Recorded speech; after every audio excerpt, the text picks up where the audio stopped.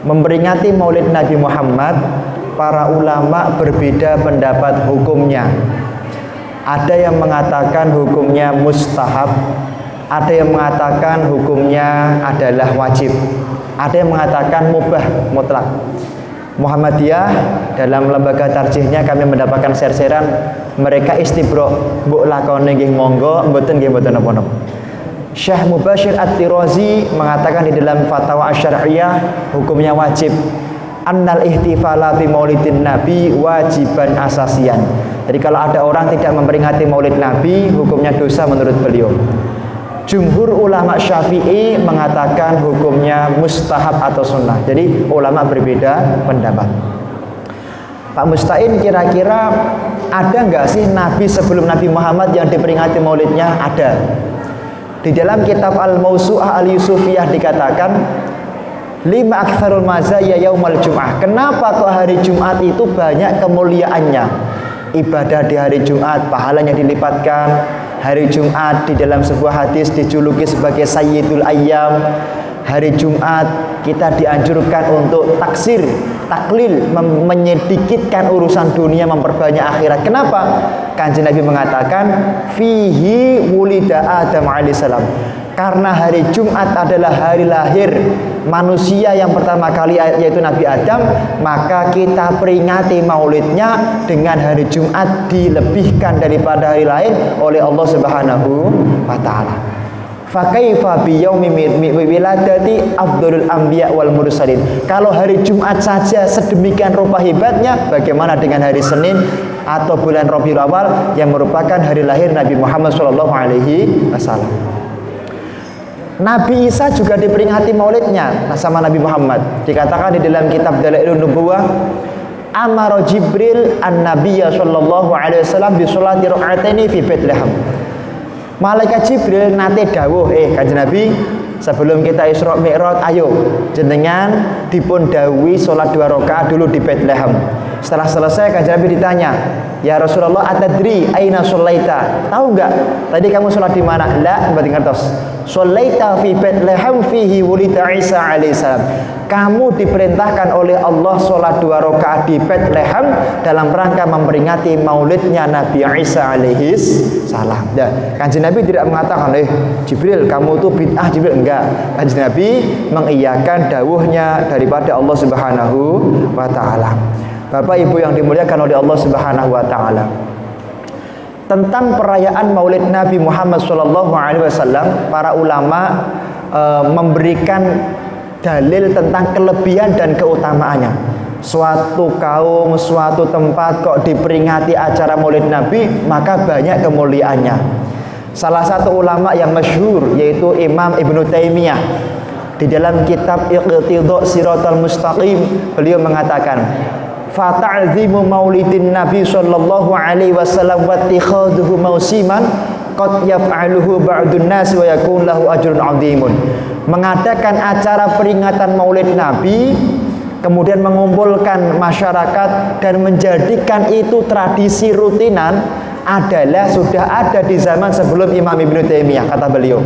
Dan orang yang melakukannya akan mendapatkan pahala yang paling agung dari Allah Subhanahu wa taala, li husni khosti wa li ta'zimi lin nabi sallallahu alaihi wasallam. Karena di dunia ini tidak ada yang lebih mulia, lebih agung, melebihi kita cinta dan memuliakan Nabi Muhammad sallallahu alaihi wasallam. Tentang cara terserah. Makanya Kanjeng Nabi sendiri maka ada pertanyaan, Pak, siapa sih orang yang pertama kali memperingati Maulid Nabi? Ya, kalau kita membuka kitab semua pada ngeklaim. Ada yang mengatakan Raja Mudhaffar, Malik al-Mudhaffar. Ada yang mengatakan orang Fatimiyah di mana itu, di Mesir. Ada yang mengatakan enggak, yang mengatakan Turki dulu, terserah. Tapi yang jelas Kanjeng Nabi juga memperingati maulidnya sendiri. Di dalam kitab Al-Mawsu'ah Al-Yusufiyah dikatakan, Kanjeng Nabi lima soma yaumal isnin. Kenapa jenengan itu kalau hari Senin puasa? Kanjeng Nabi mengatakan fihi wulidtu wa fihi unzila aliyya. Karena hari Senin hari lahirku, maka tak peringati maulidku dengan setiap hari Senin aku bersyukur dan puasa kepada Allah Subhanahu wa taala. Makanya Sayyid Muhammad Alwi Al-Maliki mengatakan, awwalu man ihtafala bi maulidin Nabi sahibul maulid. Orang yang pertama kali memperingati maulid Nabi adalah Nabi Muhammad sallallahu alaihi wasallam. Jadi kita kalau ada yang berdebat tabi'in ini monggo terserah. Kalau saya dan kita harus yakin bahwa yang memperingati maulid pertama kali adalah dirinya sendiri, yaitu Nabi Muhammad sallallahu alaihi wasallam. Dan Kanjeng Nabi memperingati maulidnya nabi-nabi terdahulu. Bapak Ibu yang dimuliakan oleh Allah Subhanahu wa taala, Kanjeng Nabi mengatakan, "Ma ra'ahu muslimuna hasanan fahuwa 'indallahi hasanun." Masalah cara terserah, yang penting cara itu adalah cara yang dicintai oleh Allah. Dan cara peringatan maulid Nabi tidak melanggar syariatnya Allah Subhanahu wa taala. Seperti itu. Makanya Imam Ibnu Hajar Al-Asqalani pernah mengomentari sebuah hadis, ya'ti masjidah Quba'in kulla sabtin masyan aw raqiban. Kanjeng Nabi pernah datang di Kanjeng Nabi itu merutinkan, mengistiqomahkan ziarah ke Quba, ke makam Quba itu setiap hari Sabtu, kadang-kadang jalan kaki, kadang-kadang naik unta. Maka kemudian Imam Ibnu Hajar memberikan satu komentar di dalam hadis sahih tersebut, hadhihi dalalatun ala jawazi takhsisi ba'dil ayam bi ba'di amali sholih al-mudawamah. Boleh kita itu mengkhususkan hari tertentu untuk melakukan acara tertentu asalkan isinya baik dan sesuai dengan syariatnya Nabi Muhammad sallallahu alaihi wasallam. Mengadakan acara maulid Nabi, para sahabat mendoakan. Misalnya Sayyidina Abu Bakar mengatakan di dalam kitab An-Ni'matul Kubra, man anfaqa dirhaman ala qiraati maulidin nabi kana rafiqi fil jannah. Barang siapa orang mau mendukung, mau memperbesar, mau merayakan maulid Nabi derek iuran, maka dijamin panjenengan semuanya kelak masuk surganya Allah bersama dengan Sayyidina Abu Bakar. Insya Allah kita semuanya menjadi ahli surganya Allah. Yang kedua, Sayyidina Umar gak mau kalah. Siapa orang yang mengadakan acara maulid Nabi faqad ahyal Islam, orang tersebut termasuk orang yang dijamin telah memperjuangkan agama Islam, pembela Islam. Jadi kalau ada orang mengatakan ayo aksi bela Islam, maka aksi bela Islam menurut Sayyidina Umar adalah mengadakan peringatan maulid Nabi Muhammad SAW. Sayyidina Utsman tidak mau kalah. Man anfaqa dirhaman ala qiraati maulidin nabi, dikatakan faka'annama syahida uswati badrin wa hunain. Sinten tiyang sing purun nyokong kemudian mengadakan acara maulid nabi, maka orang tersebut dijamin kelak ketika mati dia seperti orang yang mati syahid di perang Badar atau perang Hunain yang mana sangat dimuliakan oleh Allah Subhanahu wa taala. Maka banyak beberapa daerah itu yang sering mengadakan acara maulid Nabi niku ketika makamnya digusur sama PUPR itu jasadnya diberi utuh sama Allah. Kenapa? Orang-orang yang mati di perang Badar rata-rata jasadnya diberi utuh oleh Allah Subhanahu wa taala. Kemarin ada pembangunan hotel di Madinah sama Mekah. Ketika duduk itu ada darah mengucur. Setelah dicek ternyata darah itu berasal dari darahnya sahabat yang mati di perang Badar atau perang Uhud. Insya Allah kita semuanya yang semangat mengadakan acara maulid Nabi, kita semuanya akan diberi jasadnya utuh oleh Allah Subhanahu wa taala. Bahkan Sayyidina Ali yang juga dijamin ahli surga oleh Allah, oleh Kanjeng Nabi Muhammad, juga memberikan rekomendasi. Dikatakan, man azzama maulidin Nabi sallallahu alaihi wasallam wa kana sababan liqiraatihi yakhruju minad dunya bil iman wa yadkhulul jannata bila hisabin wala adzabin. Barang siapa orang yang mengagungkan, meramaikan, mengadakan acara, memperbesar acara maulid Nabi, maka tidak akan sekali-kali dia mati kecuali matinya dengan iman kepada Allah Subhanahu wa taala.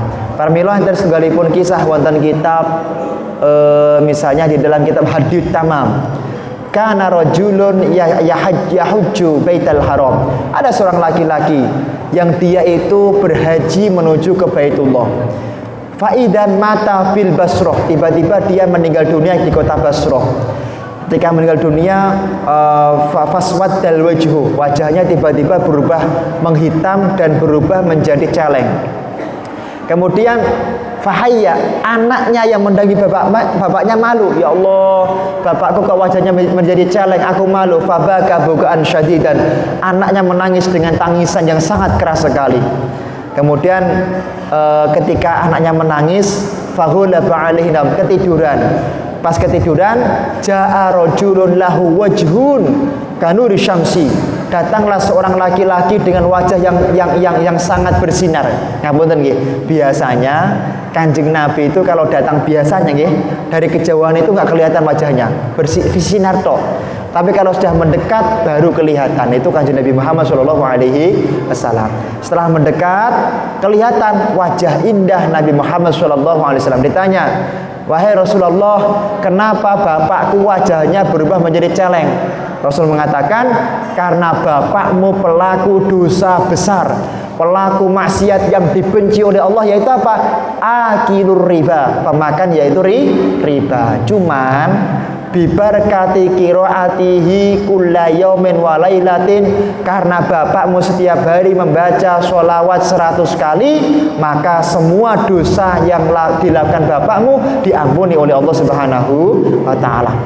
Karena bapakmu setiap tahun mengadakan acara Maulid Nabi, memuliakan Kanjeng Nabi Muhammad, maka semua dosa bapakmu diampuni oleh Allah Subhanahu wa taala. Insyaallah semangat jamaah Masjid Al-Mu'min Banyuanyar ini mengadakan Maulid Nabi akan dibalas dengan rizki yang mulia oleh Allah Subhanahu wa taala. Maka dikatakan bahwasanya Imam Ma'ruf Al-Karhi ngendika ngeten, man hayya atau aman ala qiraati maulidin Nabi sallallahu alaihi wasallam wa jama'a ikhwanan. Barang siapa orang yang masak-masak niku tujuannya kangge memperingati Maulid Nabi. Wa jama'a ikhwanan, ngumpulke masyarakat. Wa auqada sirajan, ngonek ke lampu. Maka menghidupkan lampu di dalam kitab Majmu' Syarah Muhadzab itu boleh kalau acaranya Maulid Nabi Muhammad sallallahu alaihi wasallam. Tapi kalau rapat RT enggak boleh pakai lampu di sini, haram boleh. Wala bisa jadi, dan pakai baju yang paling bagus, lebih bagus daripada Idul Fitri. Wa tabakhuru wa ta'attara, pakai minyak wangi seperti yang kami bawa ini. Kemudian ta'ziman li maulidin Nabi, hasyarahullahu yaumal qiyamah ma'al firqatil ula minan nabiyyin wa kana fi ala aliyyin. Maka orang yang melakukan itu semuanya, madang-madangi tempat perayaan Maulid Nabi, maka kelak akan masuk surga bersama Nabi Muhammad dan bersama orang-orang terdahulu di iliyyinya Allah Subhanahu wa taala. Jelas almar'u ma'an man ahab, orang itu beserta dengan yang dicintai. Loh Pak, peringatan Maulid Nabi kok ada mahalul qiyam, kok ada pembacaan itu bagaimana Pak? Itu kan jenengan pernah mencontohkan enggak? Masalah yang jenengan baca terserah.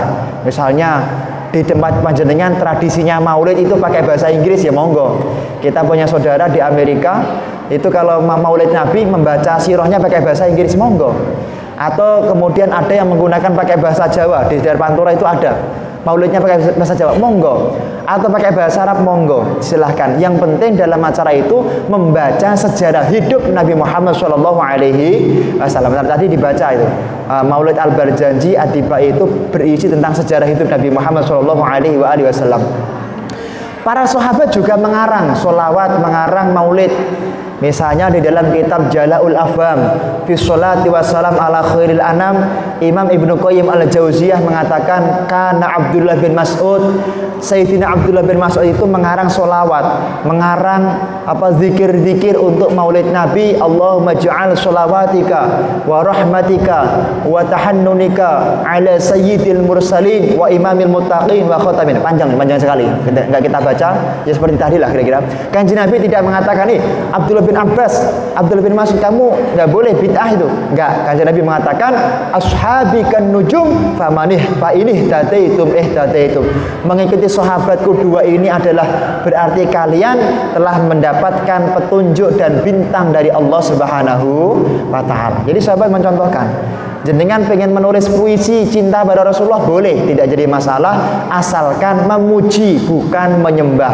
Jadi kalau ada yang menyamakan, wah itu Maulid Nabi sama dengan orang orang Nasrani beda.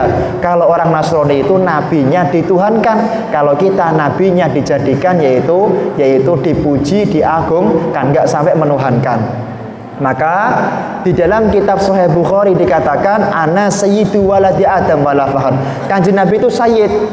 Imam Badruddin Al-Aini di dalam kitab Umdatul Qari mengatakan bahwa diperbolehkan kita itu melakukan taswaddah atau memanggil kanjeng Nabi dengan panggilan Sayyidina di dalam yaitu sholawat, dan itu dicontohkan oleh Sayyidina Abdullah bin Abbas. Kanjeng Nabi tidak mengatakan ya Abdullah bin Abbas jangan panggil saya dengan panggilan Sayyidina, tidak. Beliau kanjeng Nabi diam, artinya apa? Tidak dilarang oleh Nabi Muhammad sallallahu alaihi wasallam. Apalagi di dalam acara Maulid Nabi itu ada apa namanya itu mahalul qiyam seperti tadi. Kenapa kok kita harus berdiri? Karena di dalam bait yang dibaca pas berdiri tadi itu bait di mana kita itu benar-benar membayangkan kanjeng Nabi itu datang di tempat ini. Karena kita membayangkan kanjeng Nabi datang, dikatakan di dalam sebuah hadis yang sahih, "Qumu li sayyidikum."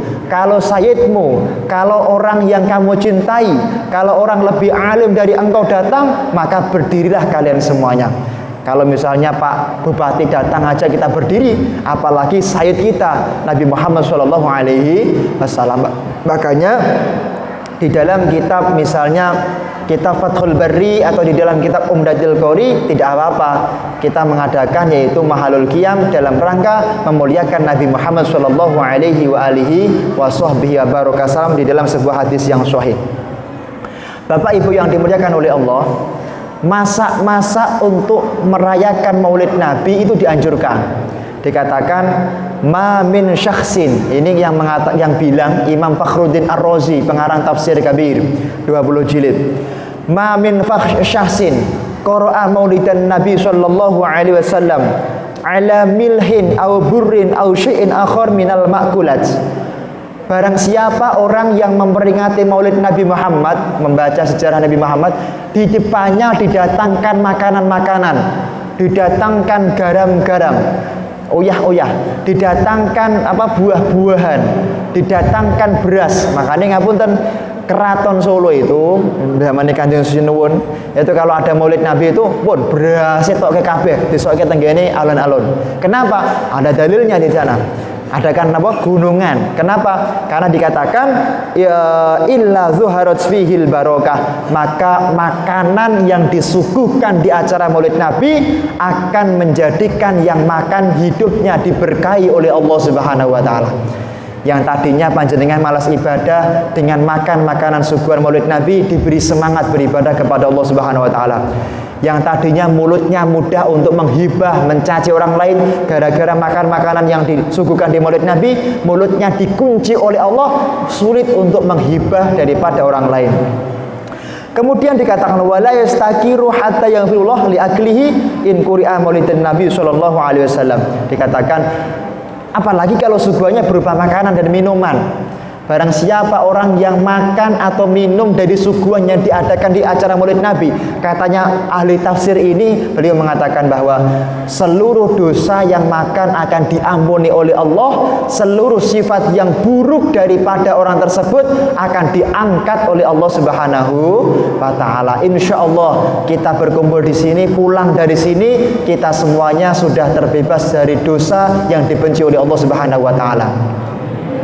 Apalagi nak jenengan itu membawa perhiasan, membawa uang di acara Maulid Nabi. Makanya kalau di acara Maulid Nabi itu di beberapa pondok itu benar-benar ya keamanannya dijaga ketat, kemudian bawa perhiasan nggak apa-apa, kemudian bawa uang yang banyak. Dibangkitkan waman qara'a maulidan Nabi 'ala darahim maskukah. Barang siapa orang yang membaca Maulid Nabi, mengadakan pembacaan seperti itu, sedangkan dia membawa uang yang tercetak, membawa arto, membawa emas, dahaban kanat au fiddatan, boleh emas, boleh perak, atau boleh mata uang yang jenengan miliki, maka waqa'at fihal barokah, maka setiap rumah atau dompet yang di dalamnya ada uang yang pernah diadakan dan dibaca di acara Maulid Nabi, maka dompet dan rumahnya akan diberkahi oleh Allah Subhanahu wa taala.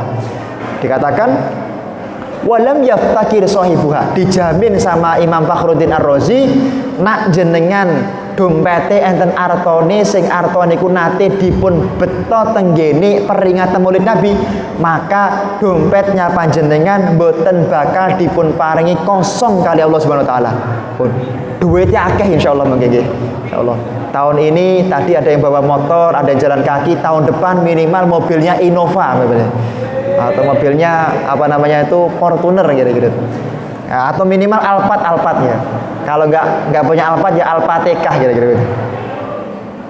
Bapak Ibu yang dimuliakan oleh Allah, acara Maulid Nabi seperti ini yang dapat keutamanya nggak cuma jenengan, yang sudah meninggal dapat keutamanya. Tapi saya tidak akan langsung ke situ.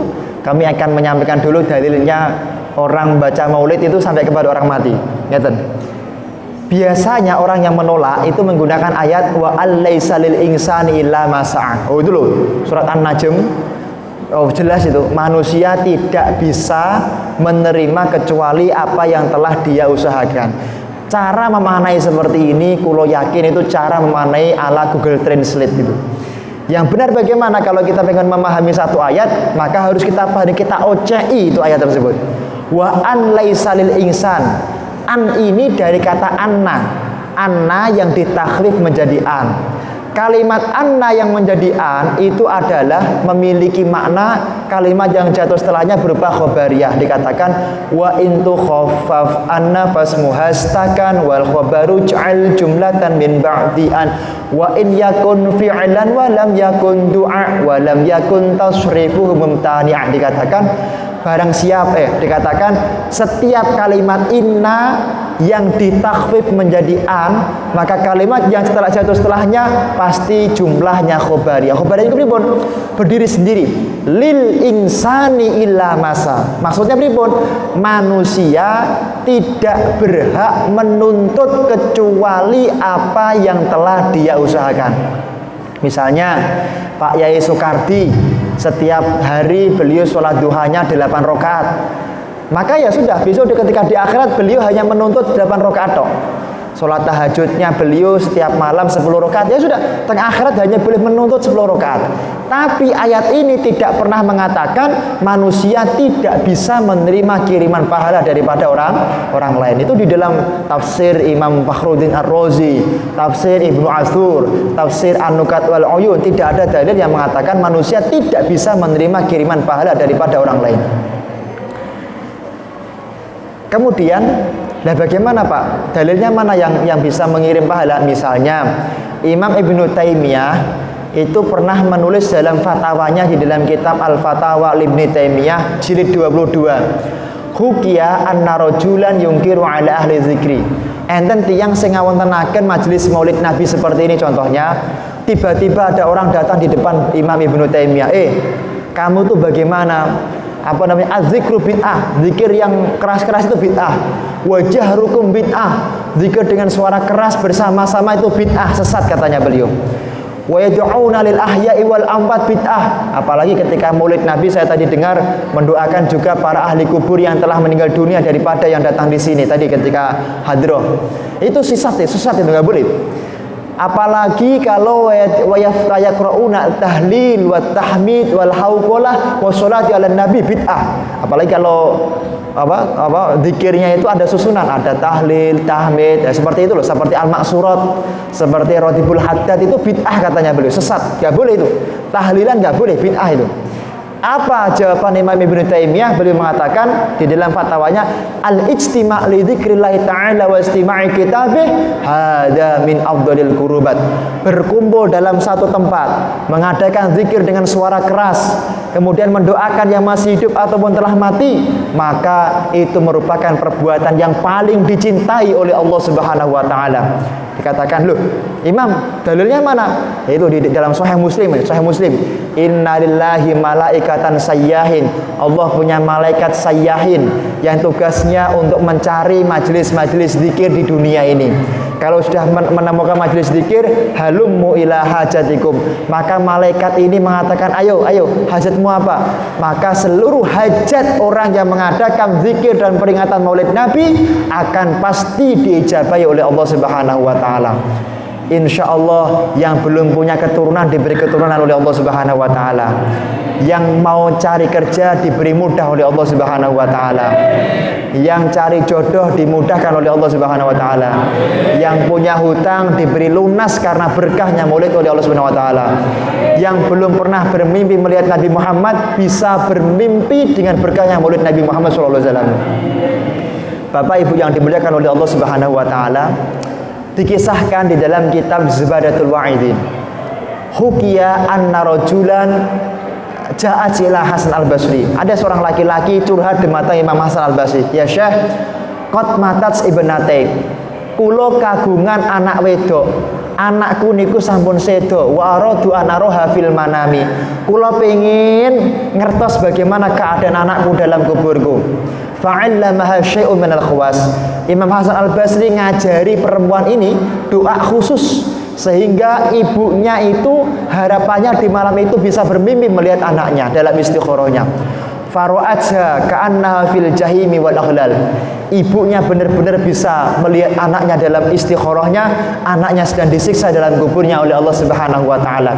Wa fi unukiha hullun, tenggene gulune niku enten mesi panas, wa fi watal basumin ketron, dipakaikan jubah yang berasal dari belakangnya neraka jahanam.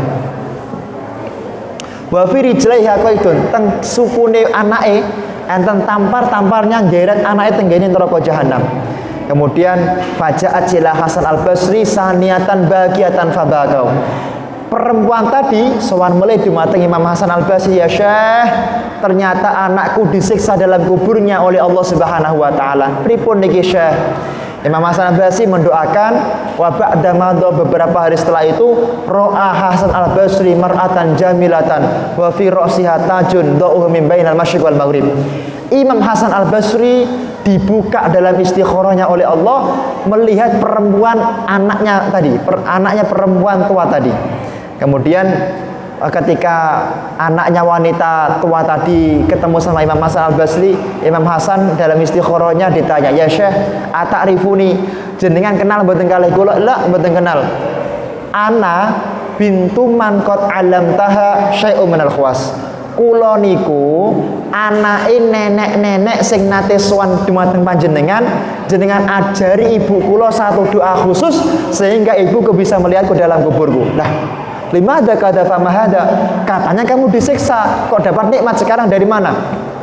Kemudian anaknya mengatakan, marra fi makbaratina rajulun, enten tiyang ingkang tasik sugeng niku fa yusolli ala Nabi sallallahu alaihi wasallam. Beliau membaca maulid dan membaca sholawat kepada Nabi Muhammad sallallahu alaihi wasallam. Wa fi makbaratina, tengene kuburan kula niki, khamsumi'atin wa khamsina mu'adzabin. Ada 550 orang yang sedang disiksa oleh Allah Subhanahu wa taala. Fanudiya minas sama ayyuhal muluk irfa'anhul adzab bi barakati sholati tilkar rajul. Gara-gara salah satu dari yang dimakamkan di sini dikirimi pahala bacaan maulid Nabi, dikirimi pahala bacaan peringatan maulid Nabi, maka kemudian ada suara dari langit, ayyuhal muluk, malaikat-malaikat, irfa'anhul adzab, angkat semua siksa orang yang dimakamkan di sekitar orang tersebut, karena orang tersebut dikirimi pahala bacaan maulid Nabi Muhammad sallallahu alaihi wasallam. Shallu ala Nabi Muhammad. Insyaallah seluruh ahli kubur kita dengan dalil-dalil tadi semua dosanya diangkat oleh Allah Subhanahu wa taala. Apalagi kalau panjenengan punya anaknya mau datang di majelis maulid Nabi, ini juga mulia. Ini juga mulia sekali di mata Allah Subhanahu wa taala. Bapak Ibu yang dimuliakan oleh Allah Subhanahu wa taala, kalau kita sudah mengetahui, ini kalau kita sampaikan dalilnya nggak selesai-selesai, fadilahnya, keutamaan mengirim pahala ini nggak selesai-selesai. Dalilnya banyak sekali di dalam universitas. Kami dulu kuliah di Universitas Imam Syafi'i di Hadramaut Yaman itu, kitabnya itu hampir satu kotak seperti ini, dalil-dalil tentang keutamaan maulid Nabi, sejarah-sejarah. Kalau kita sudah memperingati maulid Nabi, apa yang bisa kita ambil dari hikmahnya? Yang pertama, mari kita tiru akhlaknya Nabi Muhammad sallallahu alaihi wasallam. Kenapa Kanjeng Nabi dari dua Kanjeng Nabi ini namanya kata Pak. Wonten kitab Zarqoni, Kanjeng Nabi itu punya nama jumlahnya 2000 lebih. Nama lain. Kalau Allah kan 99. Kanjeng Nabi lebih daripada itu. Ada Aqib, ada Hasyir. Makanya kalau ada orang khotib baca Allahumma sholli alal Bashir, boleh. Bashir ini nama lain Nabi Muhammad. Nah, kenapa kok yang terkenal kok malah namanya Muhammad? Kenapa kok enggak Aqib saja atau Hasyir, Khalilur Rahman, Jalilur Rahman, ada Abul Qasim? Kenapa kok yang terkenal itu Muhammad? Karena Muhammad ini adalah rahmanud dunya wal akhirah. Artinya makhluk yang merahmati dan bisa melindungi serta mengayomi seluruh makhluk di dunia dan di akhirat. Ini bahasa Arabnya Muhammad, seperti itu. Artinya Kanjeng Nabi punya jiwa altruisme yang luar biasa, jiwa mencintai orang lain seperti mencintai dirinya sendiri atau lebih daripada mencintai dirinya sendiri. Kanjeng Nabi mengatakan, kalau la yu'minu ahadukum, belum dianggap orang itu mencintai orang lain kalau dia belum bisa mencintai orang lain seperti dia mencintai dirinya sendiri. Makanya yang pertama hikmahnya adalah monggo nak awake dhewe saged rawuh tengah ini majelis Maulid Nabi, nak jenengan sakit rawuh pengajian rutin yang diadakan di Masjid Al Mukmin Banyuanyar yang banyak sekali hitbahnya itu, maka jangan dipek piyambak. Jenengan belum dianggap sebagai orang yang imannya sempurna kalau jenengan mau datang sendiri tapi tidak mau mengajak orang lain. Masya Allah. Ayo diajak. Ayo kita ajak jamaah sekitar masjid ini yang belum sholat berjamaah untuk sholat berjamaah. Mereka kita edukasi pentingnya tentang sholat berjamaah. Man sholla sholawatal khamsi ma'al jamaah. Barang siapa orang yang senantiasa sholat dengan berjamaah di masjid terutama, maka falahu khamsatu asya. Orang ini dapat 5 keutamaan. Yang pertama, la yusibuhu fakrun fid dunya. Orang yang ahli berjamaah di masjid maka tidak akan diberi kurang rizkinya oleh Allah Subhanahu wa taala. Orang yang ahli sholat jamaah di masjid maka cenderung tidak akan diberi sulit dalam semua urusan kehidupannya. Ini di dalam sebuah hadis yang sahih. Yang kedua, yu'ta kitabahu biyaminih. Orang tersebut akan dikasih catatan amalnya menggunakan tangan kanan. Artinya dia termasuk orang yang soleh. Yang ketiga adalah yamurru ala sirati kal bariqil khatif, akan melewati jembatan siratal mustaqim ketika di hari kiamat seperti kilat yang menyambar-nyambar. Yang keempat, kalau orang ahli salat berjamaah maka dia akan yadkhulunal jannata bila hisabin wala adzabin, akan masuk surga tanpa hisab dan tanpa azab. Niki makanya salah satu yang harus kita tekankan mulai dalam peringatan Maulid Nabi niki napa? Semangat kita mengajak orang lain untuk juga semangat beribadah kepada Allah Subhanahu wa taala. Makanya namanya Muhammad. Kemudian yang kedua adalah jadilah orang yang punya jiwa rahmah. Kanjeng Nabi dikatakan wa ma arsalnaka illa rahmatan lil alamin. Kanjeng Nabi itu rahmat, Pak, bukan rahimat. Beda ya. Wa ma arsalnaka illa rahimatan lil alamin. Rahimah sama rahmah berbeda. Nak rahimah berarti Kanjeng Nabi itu hanya mencintai orang Islam tok. Sing dikasih sayangi hanya orang Islam tok. Tapi kalau rahmatan berarti apa? Kanjeng Nabi adalah nabi yang bisa mengayomi dan melindungi seluruh agama apapun di dunia ini. Kanjeng Nabi makanya nggak pernah beliau itu memusuhi orang non Islam, nggak pernah. Orang non Islam juga dicintai oleh Rasulullah. Contoh. Di dalam kitab, di dalam penjelasan tentang pembuatan piagam Madinah, Kanjeng Nabi dawuh kepada Sayyidina Ali, isna'i dustur, Sayyidina Ali, nyuwun tolong sampeyan buatkan saya yaitu undang-undang tentang negara Madinah. Sayyidina Ali membuat. Setelah selesai fataqaddama ila Rasulillah. Beliau taqaddam, mengajukan matur kepada Rasulullah. Taqaddam itu matur. Kanjeng Nabi niki undang-undangnya mau dados. Baca. Hadza kitabu al-Islam ya Rasulullah Muhammad. Ini adalah kitab yang dibuat oleh Rasulnya agama Islam yaitu Muhammad. Undang-undang Islam Madinah. Kanjeng Nabi mengatakan, ya Ali umhu hadza wa hadza. Nyuwun tulung kalimat Islamnya kamu hapus. kalimat Rasulnya kamu hapus. Kenapa? Karena kita nanti akan tinggal di suatu negara, yang negara itu ada Bani Aus, ada Bani Khadraj, ada Bani Kunaiko, ada Bani Nadir, dan ada 16 Bani yang lain yang agamanya berbeda-beda. Aku tidak ingin gara-gara nanti negaranya dengan nama Islam misalnya, maka orang yang tidak beragama Islam tidak semangat untuk cinta kepada negara Madinah. Nih, makanya Kanjeng Nabi mencintai semuanya. Sampai-sampai Kanjeng Nabi mengatakan, man qatala dzimmiyan fa ana qasmuh. Barang siapa orang yang memusuhi orang kafir, sedangkan orang kafir ini enggak memusuhi Islam, maka musuhnya adalah Nabi Muhammad sallallahu alaihi wasallam. Maka semangat yang kedua adalah monggo kita satu kampung ini harus menunjukkan keindahan Islam. Kepada tetangganya yang non-Islam harus mencintai, kita tunjukkan seperti itu. Tapi tidak boleh mereka Natalan jenengan dek Natalan betul salah, hukumnya haram. Atau misalnya sampai mendukung, membantu acara peringatan Natal, hukumnya haram. Yang boleh itu yang urusan dunia. Misalnya acara perkawinan boleh kita datang, kita doakan, bukan kita doakan, ucapkan selamat betul. Kalau mendoakan nggak boleh, mendoakan nggak boleh. Di dalam kitab tafsir Munir nggak boleh mendoakan. Tapi kalau selamat ya atas perkawinannya boleh. Selamat ulang tahun ya boleh. Selamat ya anaknya telah lulus S1 boleh. Tapi nggak boleh mendoakan semoga anaknya sukses, nggak boleh seperti ini. Hanya boleh mengucapkan selamat tapi tidak boleh mendoakan. Boleh kita mendoakan orang non-Islam, ya Allah semoga mereka segera mendapatkan hidayah dari Allah Subhanahu wa taala. Kalau ini boleh. Yang ketiga adalah kita harus semangat meniru akhlak Rasulullah. Napa? Beliau tidak pernah punya rasa dendam dan benci kepada siapapun juga. Tidak pernah Kanjeng Nabi itu. Abu Jahal ini, kalau yang kisah ini pernah kami sampaikan sekitar setahun yang lalu, pertama kali pengajian setelah pandemi. Abu Jahal pernah ditanya sama masyarakat, Abu Jahal, kamu itu bagaimana?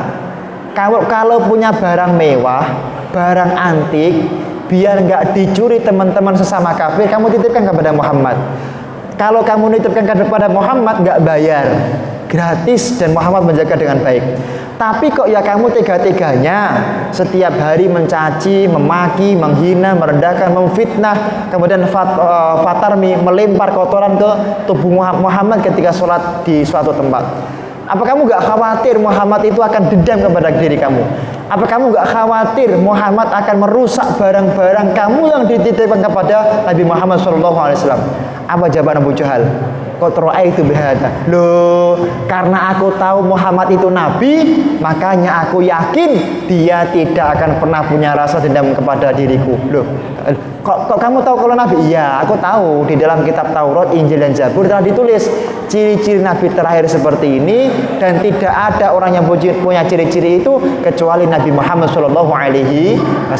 Makanya ditulis di dalam Taurat, Injil dan Zabur bahwa Nabi Muhammad tidak akan pernah punya rasa dendam dan marah walaupun beliau dicaci, dimaki, direndahkan, dihina dan lain sebagainya. Makanya aku yakin walaupun tak lempar kotoran ke tubuhnya loh, barangku akan tetap dijaga oleh Nabi Muhammad SAW. Inilah keindahan akhlak Nabi Muhammad SAW. Orang kafir, Pak, itu paling takut kalau ketemu sama Rasulullah, paling takut. Kenapa? Apakah Rasulullah punya kokam seperti Muhammadiyah? Apakah punya banser seperti NU? Enggak. Apakah Rasulullah punya tank? Enggak. Rasulullah punya granat? Enggak. Karena orang kafir kalau sudah melihat akhlaknya Rasulullah, dia tidak akan kuat kecuali dia tidak akan mampu tidur kecuali dia ingin segera masuk Islam. Kenapa? Saking indahnya dan saking sempurnanya akhlak Nabi Muhammad SAW. Tadi contohnya akhlaknya apa? Nggak pernah beliau itu memusuhi orang lain, nggak pernah dendam sama orang lain. Bahkan bahkan dikatakan kenapa kok Taif ya? Kami berbicara dengan Ustadz Haryanto yang hari ini sedang jalan-jalan, bukan jalan-jalan ya, ziarah ke Turki, ziarah ya. Kenapa kok Taif? Taif itu salah satu kota di Saudi. Banyak ulamanya di sana. Kenapa kok Taif itu subur? Karena ketika itu Taif itu, Pak, ketika Kanjeng Nabi lewat gitu di dalam kitab Fiqh Sirah, orang Taif itu melempar batu ke tubuh Muhammad. Giginya Kanjeng Nabi itu lepas sampai dan berdarah semuanya. Faja'ani malakani minal ghobah. Datanglah 2 malaikat penjaga gunung. Matur Kanjeng Nabi ngapunten, nak jenengan ngersakaken kula dipun perintahkan kali Gusti Allah bakal mengazab Bani Thaif. Apa jawaban Rasulullah? Rasulullah mengatakan, la, jangan begitu. Allahumma hdi qaumin fa innahum la ya'lamun. Ketahuilah bahwa Bani Thaif itu melakukan seperti itu kepada saya karena mereka belum mendapatkan hidayah dari Allah Subhanahu wa taala. Maka tolong jangan adab mereka. Aku berdoa semoga orang Thaif dan seluruh anak turunnya hidupnya diberkahi oleh Allah Subhanahu wa taala. Gara-gara itu Thaif sampai sekarang menjadi kota yang diberkahi oleh Allah Subhanahu wa taala. Yaman dan Syam sampai kapanpun tidak akan kehabisan ulama. Yaman dan Syam itu 2 kota yang banyak orangnya sering mimpi ketemu Rasulullah. Kenapa? Kanjeng Nabi pernah berdoa, Allahumma barik fi Syamina wa Yamanina. Ya Allah, berkailah kota Syam dan kota Yaman. Kota Yaman sampai kapanpun akan banyak ulamanya. Kenapa? Kanjeng Nabi mengatakan al-ilmu fil Yaman, al-fiqhu fil Yaman. Ngapunten, keliru. Ahli agama itu banyak yang muncul dari negara Yaman. Jadi setiap apa yang didoakan Rasulullah itu akan baik. Rasulullah semakin dicaci, semakin mendoakan orang yang mencacinya. Rasulullah semakin dicaci, yang mencaci tidak semakin benci, malah semakin cinta kepada Rasul Muhammad SAW. Maka saat itu ketika orang kafir berkumpul di kota Thaif, mereka musyawarah, siapa ya yang berani membunuh Muhammad? Waduh, jangan saya. Orang kafir sudah banyak yang terperangkap. Setiap ketemu Nabi Muhammad pasti masuk Islam. Gini aja. Aku punya anakku ini belum pernah ketemu sama Muhammad. Dia benci kepada Muhammad. Pasti dia nanti ketemu Muhammad langsung dibunuh Muhammad itu. Karena Muhammad itu tak doktrin katanya Muhammad itu ahli maksiat. Tak doktrin dia Muhammad itu ahli zalim. Muhammad itu orang yang suka qati'ut-thariq, pembegal dan seterusnya. Nah, anakku benci sekali. Anakku badannya besar, kemudian dia ditakuti dan pemenang gulat di sini, kira-kira begitu. Kemudian oke, anakmu aja. Maka anak laki-lakinya pimpinan kafir Quraisy diutus untuk membunuh Nabi Muhammad SAW. Kan nggak langsung membunuh, kayak diintik dulu sekali, 2 kali, 3 kali. 3 hari beliau mengintai Kanjeng Nabi, akhirnya hatinya pun nggak kuat. Akhirnya kemudian beliau masuk Islam karena melihat akhlak indah Nabi Muhammad SAW. Makanya monggo panjenengan sebagai orang Islam, kalau ketemu sama orang non Islam, tunjukkan kemuliaannya, tunjukkan keindahannya. Jangan sampai kemudian Islam di depan orang non Islam kelihatan kekurangannya. Karena Kanjeng Nabi Muhammad tidak pernah kelihatan kekurangannya sedikit pun kepada orang non Islam. Makanya Abu Jahal ditanya, nanti ngapa tadi? As bin Wa'il ditanya, As bin Wa'il, kamu itu kenapa kok mau membunuh Muhammad? Muhammad itu kekurangannya apa sih? Nah, begitu. As bin Wa'il menjawab, iya ya, saya itu juga nggak tahu. Di dalam kitab ini kenten, kok ma'aruf tu syekh, aku tuh nggak tahu kenapa kok aku itu pengen membunuh Muhammad. Padahal menurutku Muhammad itu ya akhlaknya mulia, tidak ada kesalahan sedikit pun yang pernah dilakukan Muhammad. Muhammad itu hidupnya sederhana, nggak punya kekurangan belas lah Muhammad itu. Tapi aku nggak tahu kenapa kok pengen membunuh Muhammad. As bin Wa'il mengatakan seperti itu. Kemudian Abu Jahal ditanya juga sama. Abu Jahal, kok kamu pengen membunuh Muhammad? Apa sih kesalahan Muhammad? Nggak tahu aku. Muhammad itu nggak punya kesalahan belas, sempurna hidupnya. Itu jawaban para orang-orang pembenci Nabi Muhammad SAW. Mereka memang telah diberi hati tertutup, maka seberapa dan sebagaimanapun panjenengan mengajak mereka, mereka akan tetap benci kepada Nabi Muhammad SAW. Bapak Ibu yang dimuliakan oleh Allah, paling tidak kita mengadakan maulid Nabi seperti ini itu bentuk kita cinta kepada Nabi Muhammad. Kodok saja Pak, gara-gara beliau mencintai Nabi Ibrahim, sampai hari kiamat dalam ilmu fikih kodok itu makruh kita bunuh. Di dalam kitab Manhajus Sawi dikatakan Annallaha ta'ala syakara lidifda. Allah itu berterima kasih kepada kodok hina hamalat sma fi fiha litutfi'a nar Namrud ila Ibrahim alaihissalam. Kenapa? Karena ketika Raja Namrud membakar Nabi Ibrahim, si kodok ini dengan inisiatifnya ngambil air masukkan ke mulut, kemudian disemprot-semprotkan ke apinya Nabi Ibrahim alaihissalam. Kodok ditanya, ya difda, kodok, atadrina, apa kamu nggak tahu yang kamu lakukan itu nggak ada gunanya, karena apinya besar, semprotannya kecil, nggak ada gunanya. Kodok mengatakan, ada kodri, ini kemampuanku. Aku ingin menunjukkan inilah kemampuanku untuk memuji dan mencintai nabinya Allah Subhanahu wa Ta'ala. Insya Allah dengan adanya peringatan Nabi ini, kita tercatat sebagai orang yang akan dimuliakan oleh Allah Subhanahu wa Ta'ala. Kodok saja dimuliakan, apalagi kita. Insya Allah kita semuanya dengan acara adanya peringatan Maulid Nabi ini, kampung ini akan semakin diberkahi oleh Allah Subhanahu wa Ta'ala. Bapak Ibu yang dimuliakan oleh Allah Subhanahu wa Ta'ala, yang terakhir adalah yang harus kita tiru daripada akhlaknya Rasulullah. Rasul niku mboten nate mikir awake dhewe, mboten nate. Tapi Rasul niku selalu memikirkan anak turun dan masyarakatnya. Sebelum Kanjeng Nabi itu, Kanjeng Nabi selalu mengatakan an-nisa atau nisai, an-nisa. Kanjeng Nabi mengatakan ummati. Artinya apa? Jenengan kalau pengen menjadi orang yang mengaku pecinta Rasulullah, maka jangan pikirkan dirinya sendiri. Jenengan menawi tindak saking daleme menuju ke masjid, baca istighfar, ganti, jangan nastaghfirullahaladzim, nastaghfirullah, ya Allah, aku minta maaf atas semua kesalahanku dan semua kesalahan masyarakat di sekitarku. Nak jenengan dongo ampun dhewek piyambak, jenengan setiap doa habis sholat, ya Allah ampunilah dosaku dan dosa seluruh masyarakat yang ada di sekitar kampungku.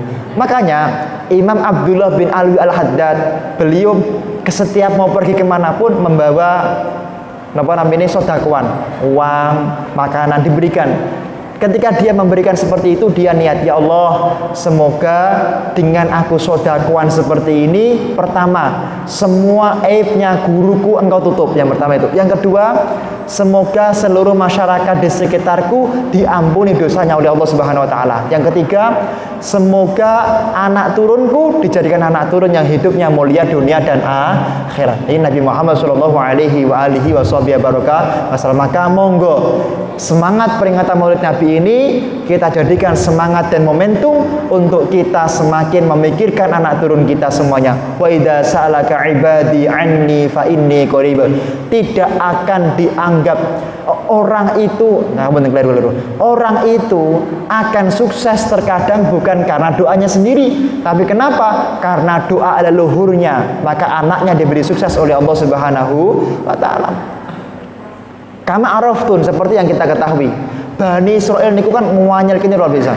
Bani Israel sudah membunuh para nabinya, sudah meninggalkan syariat, merubah kitab-kitabnya, tapi Bani Israel itu tetap dimuliakan oleh Allah sampai hari kiamat. Kenapa, Pak? Karena nabinya dan leluhurnya setiap hari mendoakan Bani Israel. Maka semaksiat apapun Bani Israel tetap diangkat derajatnya oleh Allah Subhanahu wa Ta'ala. Sami kali panjenengan. Kalau panjenengan pengen seperti Bani Israel, pengen seperti cucunya Nabi Muhammad, maka yang harus dilakukan adalah setiap habis sholat jangan hanya berdoa untuk dirinya sendiri. Minimal tidak boleh meninggalkan doa ini. Rabbana hablana min azwajina wa dzurriyyatina qurrata a'yun waj'alna lil muttaqina imama. Ya Allah, jadikanlah aku, istriku dan anak turunku sebagai qurratu a'yun, sebagai penyejuk, sebagai pimpinan umat, sebagai orang yang melakukan syariat, dan jadikan mereka semuanya pimpinan daripada umatnya. Ini doanya Nabi Ibrahim alaihissalam. Nabi Ibrahim berdoa Rabbi habli minas sholihin. Gara-gara doanya Nabi Ibrahim Rabbi habli minas sholihin, Rabbi habli minas sholihin, beliau punya anak namanya Nabi Ismail. Nabi Ismail punya keturunan namanya Nabi Muhammad sallallahu alaihi wasallam. Maka jangan pikirkan dirinya sendiri. Kalau berdoa ampun namung kanggo wedok, tapi berdoa juga untuk anak turun dan masyarakat semuanya. Insyaallah dengan peringatan Maulid Nabi ini, Masjid Al-Mu'min Banyu Anyar semakin diberkahi dan diramaikan oleh Allah Subhanahu wa Ta'ala. Siapapun yang hadir atau belum hadir, insya Allah semuanya mendapatkan kemuliaan daripada Rasul Muhammad SAW.